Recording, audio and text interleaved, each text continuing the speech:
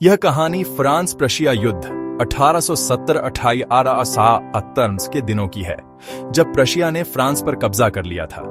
इस युद्ध का असर अल्सेस और लॉरेन जैसे सीमावर्ती फ्रांसीसी जिलों पर भी पड़ा, जहां जर्मन भाषा को थोपा जाने वाला था।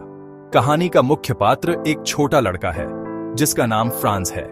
एक सुबह फ्रांस स्कूल जाने के लिए निकला। वह हमेशा की तरह स्कूल जाने में देर से उठने के कारण थोड़ा घबराया हुआ था। उसे एक और बात का डर था।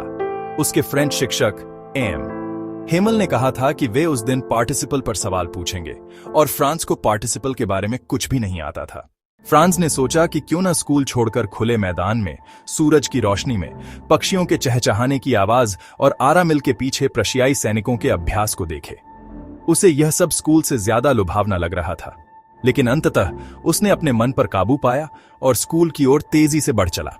जब वह टाउन हॉल के पास से गुजरा तो उसने देखा कि बुलेटिन बोर्ड के सामने एक बड़ी भीड़ जमा थी। पिछले 2 सालों से सारी बुरी खबरें, जैसे युद्ध में हारी हुई लड़ाइयां, ड्राफ्ट और कमांडिंग अफसरों के आदेश वहीं से आती थीं। फ्रांस ने सोचा, अब क्या बात हो सकती है? वह ज्यादा देर नहीं रुका और सोचने लगा कि क्या हो सकता है। जब वह तेजी से आगे बढ़ रहा था तो लोहार वॉचर, जो अपने अप्रेंटिस के साथ बुलेटिन बोर्ड पढ़ रहा था, ने उसे आवाज देकर कहा, इतनी तेजी से मत जाओ बच्चे, तुम स्कूल के लिए पर्याप्त समय पर पहुंच जाओगे। फ्रांस को लगा कि वह उसका मजाक उड़ा रहा है और वह हांफता हुआ हेमल के छोटे से बगीचे में पहुंच गया। आमतौर पर जब स्कूल शुरू होता था तो बहुत शोरगुल होता था, जिसे गली से भी सुना जा सकता था। डेस्क खोलने और बंद करने की आवाजें, एक साथ दोहराए जाने वाले सबक की तेज आवाजें और शिक्षक के बड़े रूलर के डेस्क पर बजने की आवाज। लेकिन उस दिन सब कुछ शांत था, रविवार की सुबह की तरह। फ्रांस को लगा कि वह खिड़की से अपने सहपाठियों को देख सकता था, जो पहले से ही अपनी जगह पर बैठे थे। हेमल अपने भयानक लोहे के रूलर को अपनी बांह के नीचे दबाए हुए ऊपर नीचे चल रहे थे। फ्रांस को दरवाजा खोलना पड़ा और सबके सामने अंदर जाना पड़ा। वह बहुत शर्मिंदा और डरा हुआ था, लेकिन हेमल ने उसे कोई डांट नहीं लगाई। उन्होंने बहुत प्यार से कहा, अपनी जगह पर जल्दी से बैठ जाओ छोटे फ्रांस, हम तुम्हारे बिना ही शुरू करने वाले थे। फ्रांस अपनी बेंच पर कूद कर बैठ गया और जब तक उसका डर थोड़ा कम नहीं हुआ, उसने ऊपर नहीं देखा। तब उसने देखा कि उनके शिक्षक ने अपनी खूबसूरत हरी कोट, झालरदार शर्ट और छोटी काली रेशमी टोपी पहनी थी, जिस पर कढ़ाई की गई थी।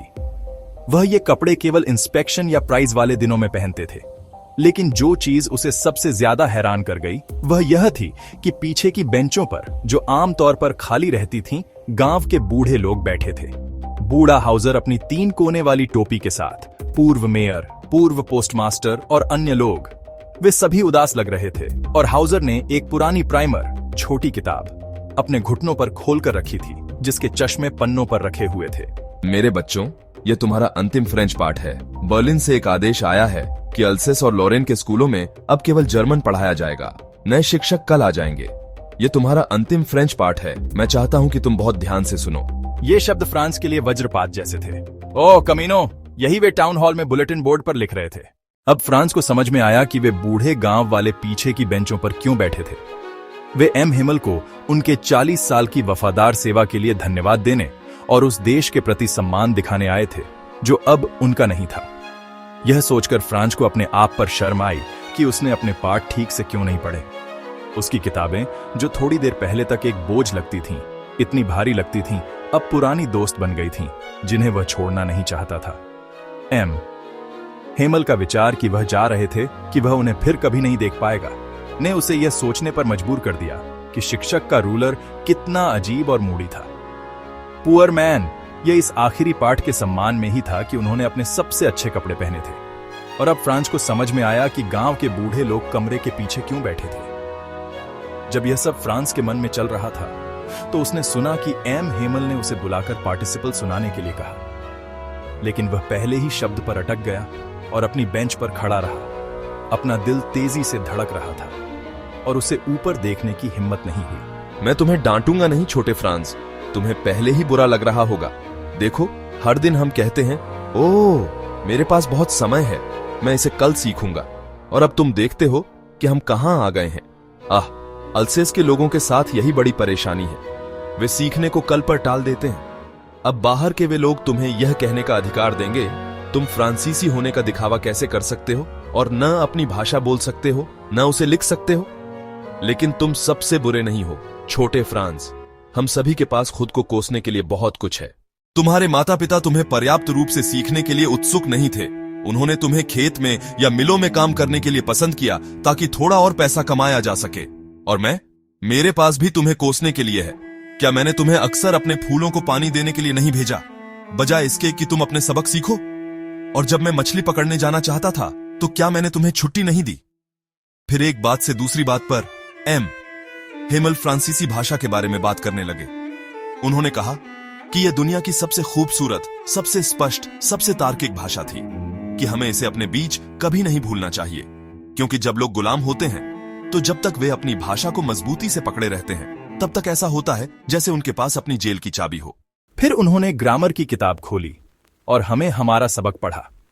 फ्रांस यह देखकर हैरान था कि वह इसे कितनी आसानी से समझ रहा था। जो कुछ भी हेमल कहते थे वह बहुत आसान लगता था, बहुत आसान।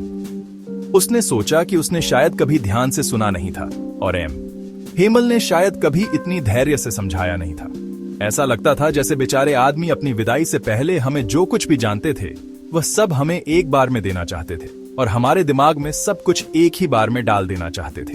ग्रामर के बाद हमारे पास राइटिंग का पाठ था। उस दिन हेमल के पास हमारे लिए नई कॉपीज थीं, जिन पर सुंदर गोल हैंडराइटिंग में लिखा था फ्रांस एल्सिस, फ्रांस एल्सिस। वे झंडों की तरह दिखते थे, छोटे छोटे झंडे हमारे डेस्क पर हर जगह तैर रहे थे। हर कोई इतनी लगन से काम कर रहा था और कितनी खामोशी थी। केवल कलमों के कागज पर रगड़ने की आवाज सुनाई देती थी। एक बार कुछ भृंग उड़ गए, लेकिन किसी ने उन पर ध्यान नहीं दिया, यहां तक कि सबसे छोटे बच्चों ने भी नहीं, जो मछली पकड़ने के हुक खींच रहे थे, जैसे कि यह भी फ्रेंच था। छत पर कबूतर धीरे धीरे कूक रहे थे और फ्रांस ने अपने आप से सोचा, क्या वे उन्हें भी जर्मन में गाना सिखाएंगे?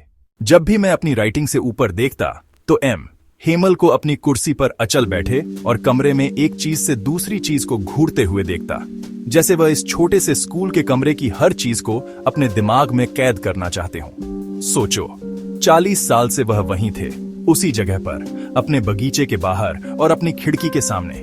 केवल डेस्क और बेंच ही चिकने हो गए थे। अखरोट के पेड़ बगीचे में बड़े हो गए थे और हॉप वाइन, जिसे उन्होंने खुद लगाया था, खिड़की से छत तक चढ़ गई थी। इन सब को छोड़कर जाना उनके लिए कितना दुखद रहा होगा। Poor man. अपनी बहन को ऊपर कमरे में सामान पैक करते हुए सुनना, क्योंकि उन्हें अगले दिन देश छोड़ना था, लेकिन उनमें हर पाठ को अंत तक सुनने की हिम्मत थी। राइटिंग के बाद हमारे पास इतिहास का पाठ था और फिर छोटे बच्चों ने अपनी बा, बे, बी, बो, बू गाई। नीचे कमरे के पीछे बूढ़ा हाउजर ने अपने चश्मे लगाए थे और अपनी प्राइमर को पकड़े हुए अक्षरों को उनके साथ स्पेल कर रहा था। आप देख सकते थे कि वह भी रो रहा था। उसकी आवाज भावना से कांप रही थी और उसे सुनना इतना मजेदार था कि हम सभी हंसना और रोना चाहते थे। मुझे वह आखिरी पाठ कितना अच्छी तरह याद है। अचानक चर्च की घड़ी ने 12 बजे बजाए, फिर एंजेलस की धुन बजी। उसी पल प्रशियाई सैनिकों के ड्रिल्स की आवाज हमारी खिड़कियों के नीचे से सुनाई दी। हेमल अपनी कुर्सी पर बहुत पीला होकर खड़े हो गए। मैंने उन्हें इतना लंबा कभी नहीं देखा था। मेरे दोस्तों, उन्होंने कहा, मैं लेकिन कुछ ने उनका गला घोंट दिया। वह आगे बोल नहीं सके। फिर वह ब्लैक बोर्ड की ओर मुड़े, चौक का एक टुकड़ा लिया और अपनी पूरी ताकत से जितना बड़ा हो सके लिखा, विव ला फ्रांस, फ्रांस अमर रहे। फिर वह रुक गए और अपना सिर दीवार के सहारे झुका लिया और बिना एक शब्द कहे उन्होंने हमारे लिए हाथ से इशारा किया, स्कूल खत्म हो गया, तुम जा सकते हो। और इस तरह फ्रेंच भाषा का वह आखिरी पाठ एक दुखद और यादगार अंत पर समाप्त हुआ, जिसने फ्रांस और पूरे गांव को अपनी भाषा और पहचान के महत्व का एहसास कराया।